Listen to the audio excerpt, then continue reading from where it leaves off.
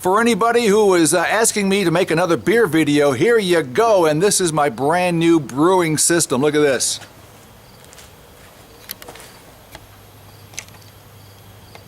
Three kettles, 3 burners, a pump, and a plate chiller. It's only one problem.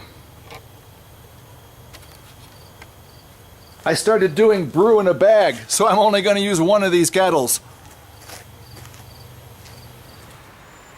So you got a bag. I've got my strike water already preheated to my desired strike temperature. In this case it's 155. My mash temperature target is 152. You'll notice that's not a big difference. That's because you got a full volume of water here. And there's just not that much absorption of heat going on with the grains. Great big dough ball. Where did it go? Here, smash that sucker. So you heat your strike water to a lower temperature.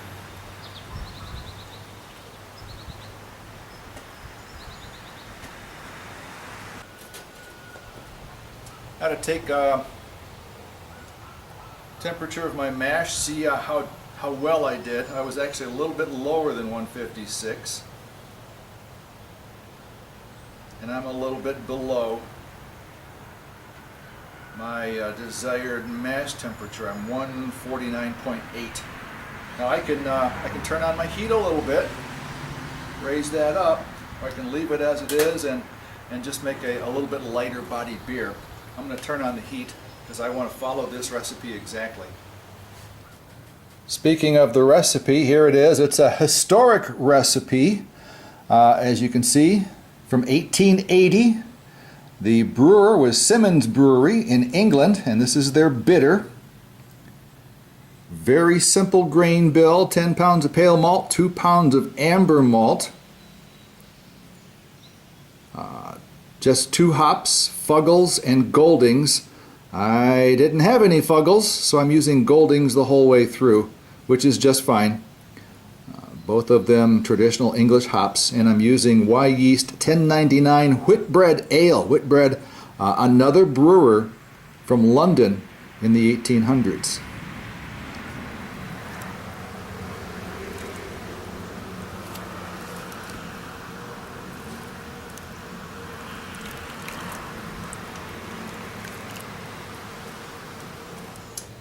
Okay, so my mash time has ended.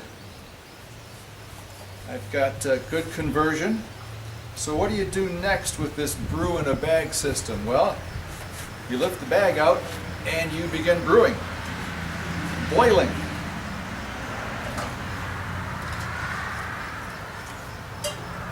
Now this is a 5-gallon batch, so it's not going to take a lot of effort to lift the bag.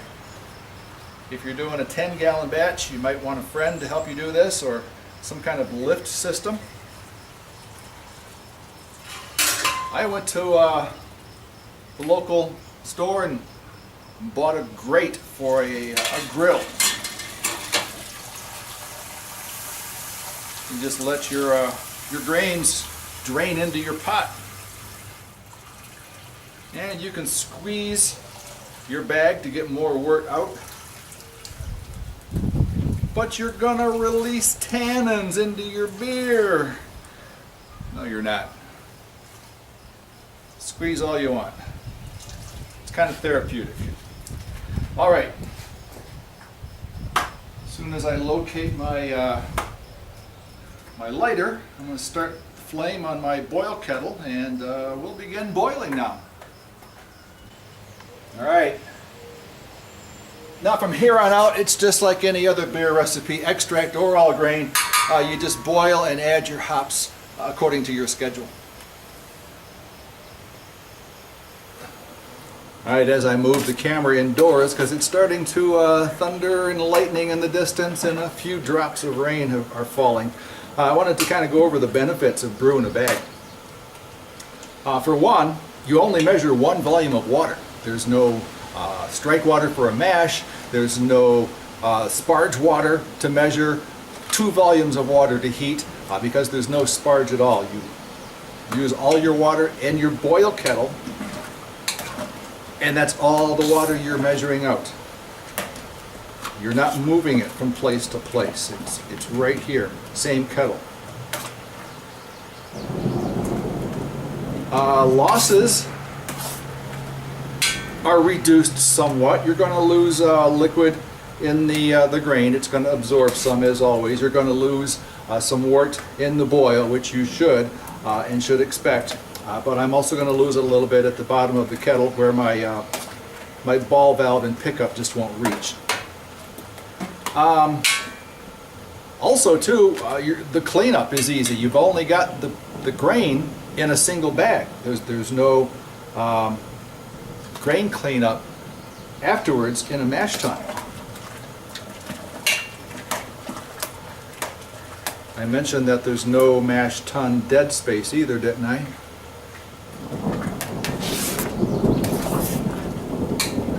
And I'm going to use whole leaf hops in a hop spider, so I'm not going to have a lot of hop residue to clean up afterwards.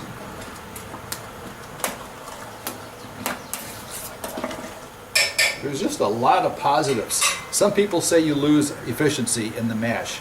I haven't seen that. I haven't experienced that. So far, no downsides that I have found. I like this method. Brew in a bag. All right, let's let this thing boil for about 60 minutes. Yeah, we have got some rain, but if you hear running water, that's the hose behind me.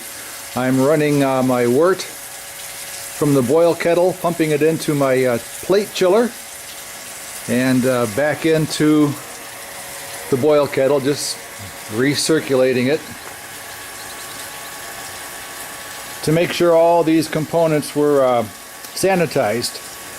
I actually started pumping wort through the plate chiller and pump with 15 minutes left in the boil. So it was boiling wort going through the system. Then I added my last hop addition, turned the flame off at the end of 60 minutes, and hooked up my hoses, garden hoses, to begin chilling.